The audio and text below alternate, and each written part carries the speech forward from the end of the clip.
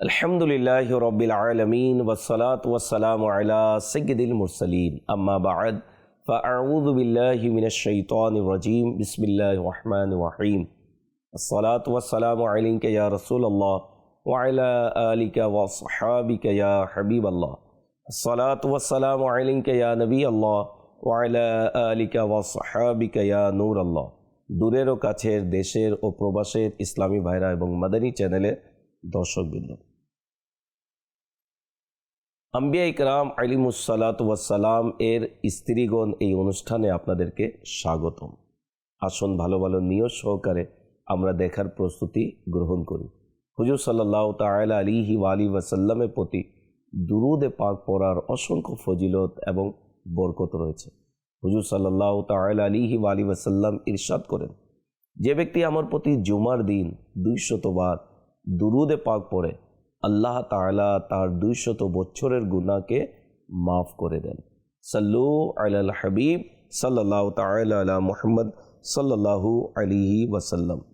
প্রিয় ইসলামী ভাইরা, মাদানী চ্যানেলের দর্শক, গত পর্বে আমরা উম্মুল মুমিনিন খাদিজাতুল কুবরা রাদিয়াল্লাহু তাআলা আনহার সংক্ষিপ্ত আমরা জীবনী আলোচনা করেছি। যেহেতু সংক্ষিপ্ত সময়ের অনুষ্ঠান বিস্তারিত বয়ান করা সম্ভব নয়, নবী পাক সাল্লাল্লাহু তাআলা আলাইহি ওয়া আলিহি ওয়াসাল্লামের পবিত্র স্ত্রীগণের জীবনীর মাধ্যমে অনেক কিছু শিখার এবং জানার আমাদের জন্য রয়েছে।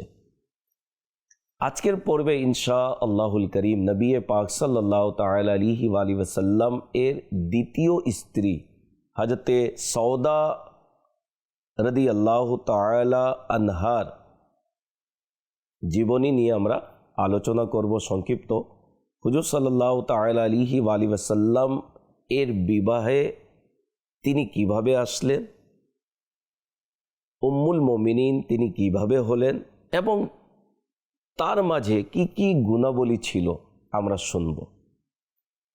হযরতে সৌদা বিনতে জামআ রাদিয়াল্লাহু তাআলা আনহা, তার পিতার নাম ছিল জামআ এবং তার মাতার নাম ছিল শামুস বিনতে কায়েস বিন আমর।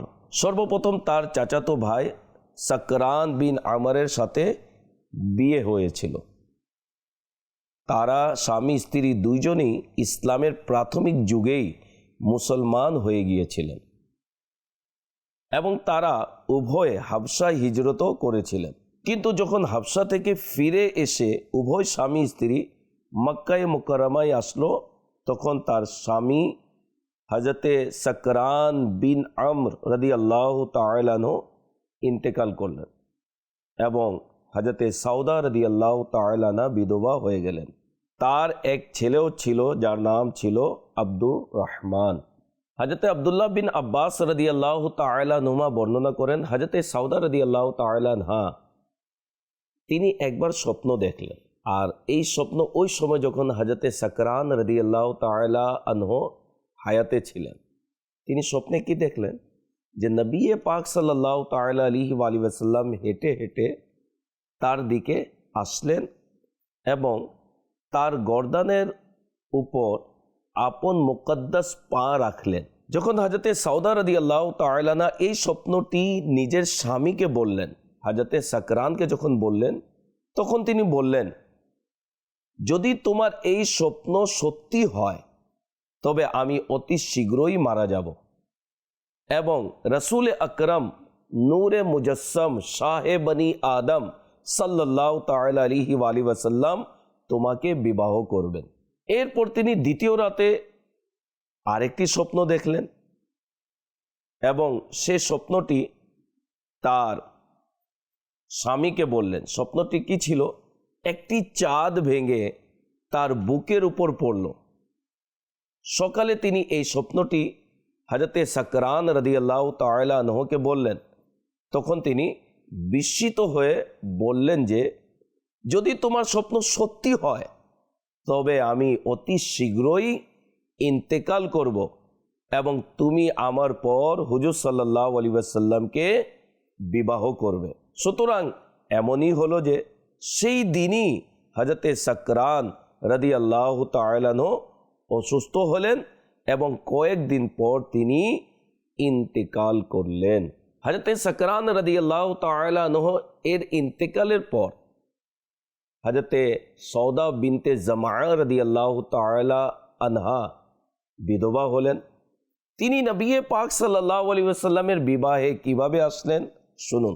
নবী পাক সাল্লাল্লাহু আলাইহি ওয়াসাল্লাম হযরতে খাদিজা রাদিয়াল্লাহু তাআলা আনহা এর ওফাতের কারণে সর্বদা খুব বেশি মর্মাহত ও উদাস থাকতেন। এটা দেখে হযরতে খাওলা বিনতে হাকিম রাদিয়াল্লাহু তাআলা আনহা নবী করিম সাল্লাল্লাহু আলাইহি ওয়াসাল্লামের খিদমতে এই আবেদন করলেন যে ইয়া রাসূলুল্লাহ সাল্লাল্লাহু আলাইহি ওয়াসাল্লাম, আপনি হযরতে সৌদা রাদিয়াল্লাহু তাআলা আনহাকে বিবাহ করে নিন, যাতে আপনার পারিবারিক জীবন ঠিক হয়ে যায় এবং একজন বিশ্বস্ত খেদমতকারী স্ত্রীর সহচর্যে আপনার দুঃখ মুছে যায়। প্রিয় নবী হুজুর সাল্লাল্লাহু আলাইহি ওয়াসাল্লাম তার একনিষ্ঠ পরামর্শ গ্রহণ করে নিলেন। অতএব হযরতে খাওলা রাদিয়াল্লাহু তাআলা আনহা হযরতে সৌদা রাদিয়াল্লাহু তাআলা আনহার এর পিতার সাথে কথাবার্তা বলে সম্পর্ক ঠিক করে দিলেন এবং বিবাহ হয়ে গেল। আর তিনি উম্মাহাতুল মুমিনিনের শ্রেণীভুক্ত হয়ে গেলেন এবং নিজের সারা জীবন নবী পাক সাল্লাল্লাহু আলাইহি সাল্লাম এর বিবাহ বন্ধনে থাকার সৌভাগ্য অর্জন করেন। আর প্রবল ভক্তি ও ভালোবাসার সহিত হুজুর সাল্লাল্লাহু তাআলা আলাইহি ওয়াসাল্লামের বিশ্বস্ততা এবং খেদমত করতে থাকেন। তিনি খুবই নবী পাক সাল্লাল্লাহু তাআলা আলাইহি ওয়াসাল্লামকে ভালোবাসতেন এবং নবী পাক সাল্লাল্লাহু আলাইহি ওয়াসাল্লামের খেদমতের খেয়াল রাখতেন। শুধু নবী পাক সাল্লাল্লাহু আলাইহি ওয়াসাল্লামের খেদমত নয়, বরং নবী পাক সাল্লাল্লাহু আলাইহি ওয়াসাল্লামের সমস্ত শাহজাদীদের এবং শাহজাদাদের খেদমতও করতেন। যেহেতু খাদিজাতুল কুবরা রাদিয়াল্লাহু তাআলা আনহা মাত্র বিদায় নিয়েছিলেন, সকল শাহজাদা শাহজাদি ছোট ছিল। হযরতে সৌদা বিনতে জামআ রাদিয়াল্লাহু তাআলা আনহা হুজুর সাল্লাল্লাহু আলাইহি ওয়াসাল্লাম এবং তার শাহজাদা শাহজাদিদের আন্তরিকভাবে তাদের খেদমত করতেন এবং তিনি নবী পাক সাল্লাল্লাহু তাআলা আলাইহি ওয়াসাল্লাম এর দরবারে একবার আরজ করেছিলেন, ইয়া রাসূলুল্লাহ সাল্লাল্লাহ, যখন তিনি অনুভব করতে পারলেন যে হয়তোবা হুজুর সাল্লাল্লাহু আলাইহি সাল্লাম আমাকে তালাক দিয়ে দিবেন, তখন নবী পাক সাল্লাল্লাহু আলাইহি ওয়াসাল্লাম এর দরবারে তিনি আরজ করেছিলেন, ইয়া রাসূলুল্লাহ সাল্লাল্লাহু আলাইহি ওয়াসাল্লাম, আপনি আমাকে কখনো তালাক দিবেন না, আমি আপনার সান্নিধ্যে থাকতে চাই, আপনার বিবাহে আমি আবদ্ধ থাকতে চাই, আপনার সাথে যেন আমার সম্পর্ক থাকে এবং এই সম্পর্ক নিয়ে যেন আমি কবরে যেতে চাই। নবী পাক সাল্লাল্লাহু আলাইহি ওয়াসাল্লাম তাই করলেন।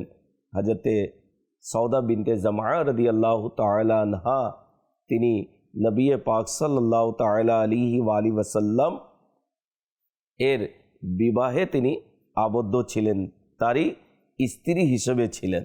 হযরতে সৌদা বিনতে জামআ রাদিয়াল্লাহু তাআলা আনহা এর অনেক গুণাবলী ছিল। আর সেই গুণাবলী কি?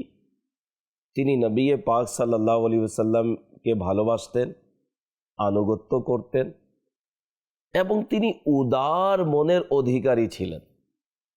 একবার ফারুক আজম রাদিয়াল্লাহু তাআলা আনহু তাকে দিরহাম ভর্তি থলে পাঠালেন গিফট হিসাবে। যখন তার কাছে ওই দিরহাম ভর্তি থলে দেওয়া হলো, তখন তিনি জিজ্ঞাসা করলেন, থলেতে কি আছে? বলা হলো যে এর মধ্যে দিরহাম আছে। তখন তিনি রাদিয়াল্লাহু তাআলা আনহা বললেন যে দিরহাম কি খেজুরের থলেতে পাঠানো হয়? এই কথা বলে তিনি উঠে সমস্ত দিরহামকে মদিনার ফকির ও মিসকিনদের মাঝে বন্টন করে দিলেন।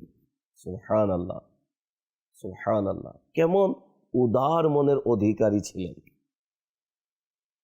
এই ঘটনা থেকে আমাদের ওই সকল ইসলামী বোনদের শিক্ষা গ্রহণ করা উচিত যারা দান অনুদানের বিষয়ে কৃপণতা করে, যাদের কাছে নেশাব পরিমাণ স্বর্ণ অলংকার রয়েছে, সম্পদ রয়েছে, জাকাত পর্যন্ত অনেকে আদায় করতে কৃপণতা করে, অনেকে আদায়ই করে না, অনেকে জানেও না যে আমার নেশাব পরিমাণ স্বর্ণ লকারে রাখা, আমার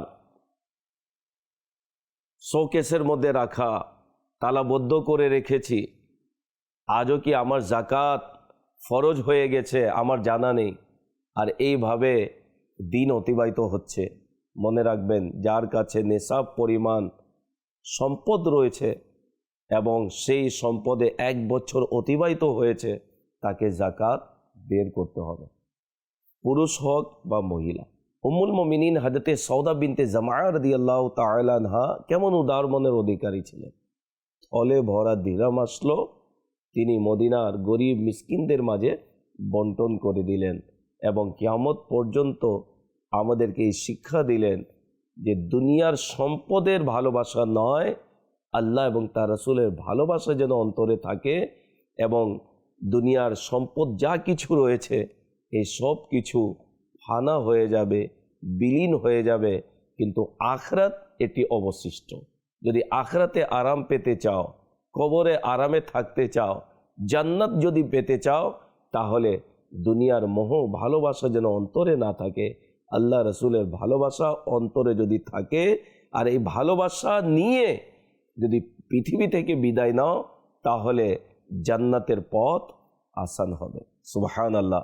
হযরতে সৌদা বিনতে জামআ রাদিয়াল্লাহু তাআলা আনহার আরেকটি গুণ ছিল, সেটি হলো তিনি রাদিয়াল্লাহু তাআলা আনহাকে যখন নফল হজ এবং উমরা করার বিষয় যখন বলা হলো, তখন তিনি জবাবে বললেন, আমি ফরজ হজ আদায় করে নিয়েছি, আমার আল্লাহ আমাকে ঘরে থাকার আদেশ করেছেন, এখন থেকে আমার জানাজাই ঘর থেকে বের হবে।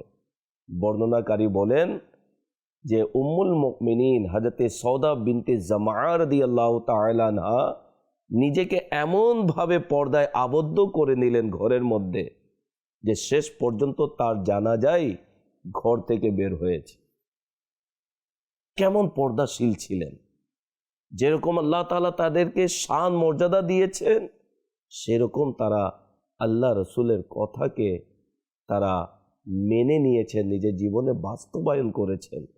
কোরআন বলেছে মহিলাদেরকে পর্দা করার জন্য, আল্লাহ তাআলা আদেশ করেছেন মহিলাদেরকে পর্দা করার জন্য, নবী পাক সাল্লাল্লাহু আলাইহি ওয়াসাল্লাম আদেশ করেছেন মহিলাদেরকে পর্দা করার জন্য, শরীয়ত পর্দাতে থাকার মহিলাদেরকে আদেশ করেছে।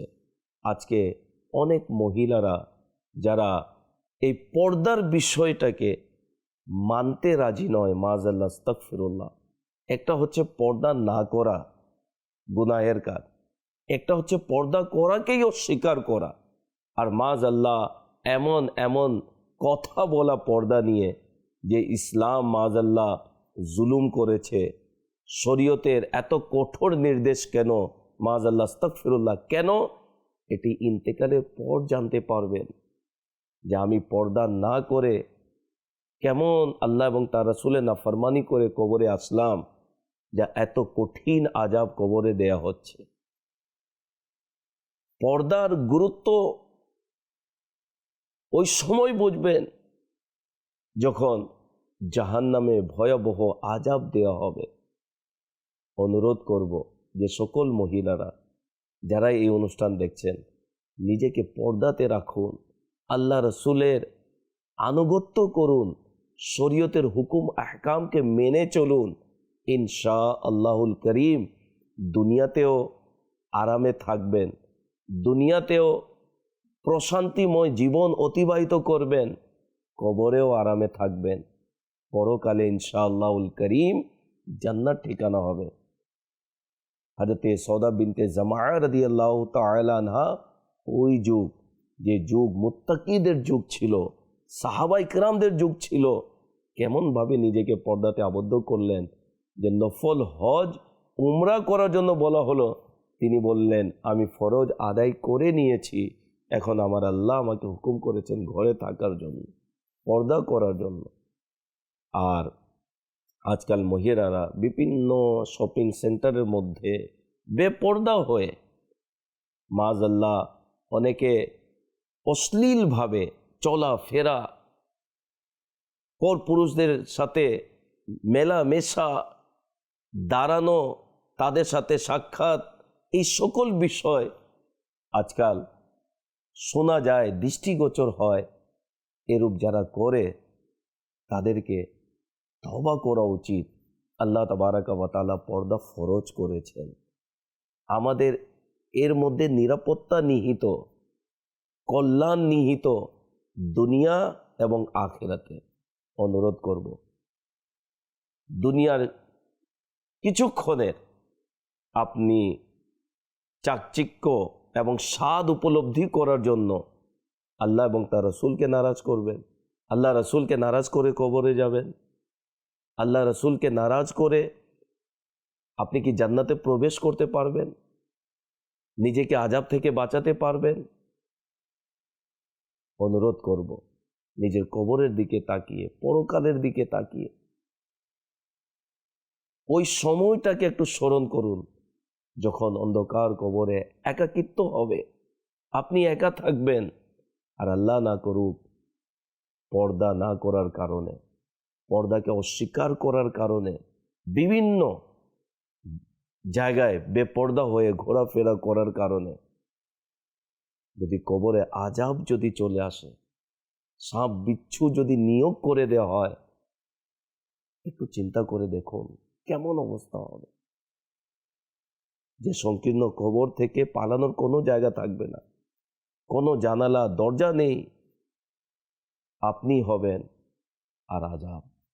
আল্লাহ তাআলা সবাইকে নিরাপত্তা দান করুক, ঈমানের সাথে মৃত্যু নসিব করুক, আমাদের মা বোনদেরকে আল্লাহ পর্দা করার তৌফিক দান করুক। ইসলামী ভাইদেরকেও বলবো, আপনি আপনার ঘরের মধ্যে এই বিষয়টিকে আমলে নিয়ে আসুন, ভালোভাবে বুঝিয়ে, মারামারি ঝগড়া বিবাদ করে নয়, সুন্দরভাবে বুঝিয়ে নিজের স্ত্রীকে, নিজের বোনকে, নিজের মেয়েকে পর্দাতে নিয়ে আসার চেষ্টা করুন। ওই সকল পুরুষেরা যারা নিজের স্ত্রীকে সাজগোজ করিয়ে বেপর্দাভাবে বিভিন্ন জায়গায় নিয়ে যায়, তাদেরকে হাদিসে পাকের মধ্যে দায়ুস বলা হয়েছে, যদি সে রাজি থাকে। নাউজুবিল্লাহ, তওবা করা উচিত। আল্লাহ তাবারাকা ওয়া তাআলা আমাদেরকে এই সকল বিষয়ে আমল করার তৌফিক দান করুন। আল্লাহ তাবারাকা ওয়া তাআলা তার নাফরমানি থেকে আমাদেরকে বাঁচার তৌফিক দান করুন। তো হযরতে সৌদা বিনতে জামাআ রাদিয়াল্লাহু তাআলা আনহা, তিনি পর্দাশীল ছিলেন, মুত্তাকি ছিলেন, পরহেজগার ছিলেন, নবী পাক সাল্লাল্লাহু আলাইহি ওয়াসাল্লামকে অত্যন্ত ভালোবাসতেন। হযরতে সৌদা বিনতে জামাআ রাদিয়াল্লাহু তাআলা আনহার মাধ্যমে 5টি হাদিসে পাক বর্ণিত রয়েছে। এর মধ্যে একটি হাদিসে পাক বুখারী শরীফের মধ্যে বর্ণিত রয়েছে। হযরতে আব্দুল্লাহ বিন আব্বাস এবং হযরতে ইয়াহইয়া বিন আব্দুর রহমান রাদিয়াল্লাহু তাআলা আনহুমা তার শাগির্দ ছিলেন, তার শিষ্য ছিলেন। তার ওফাতের সাল নিয়ে বিভিন্ন এবং অসংখ্য মত রয়েছে। ইমাম যাহবী এবং ইমাম বুখারী এই বর্ণনাকে বিশুদ্ধ বলেছেন যে হযরত ওমর রাদিয়াল্লাহু তাআলা আনহু এর খিলাফতের শেষ দিকে 23 হিজরিতে মদিনাতুল মুনাওয়ারায় তার ওফাত হয়। কিন্তু আরেকটি রিওয়ায়াতের মধ্যে রয়েছে তার ওফাতের সাল হলো 54 হিজরিতে, এবং আমিরে মাবিয়া রাদিয়াল্লাহু তাআলা আনহু এর শাসন আমলে তিনি ইন্তেকাল করেছিলেন। তো দ্বিমত রয়েছে। তো তিনি রাদিয়াল্লাহু তাআলা আনহা দুনিয়া থেকে শাওয়াল মাসে তিনি ওফাত লাভ করেছিলেন এবং জান্নাতুল বাকিতে তাকে সমাহিত করা হয়। তার জীবনী আমাদের জন্য অনুসরণ করার মতো। সেটি হচ্ছে হুজুর সাল্লাল্লাহু আলাইহি সাল্লামকে অত্যন্ত ভালোবাসা, নবী পাক এর সাথে যেন সম্পর্ক অটুট থাকে, দৃঢ় ইচ্ছে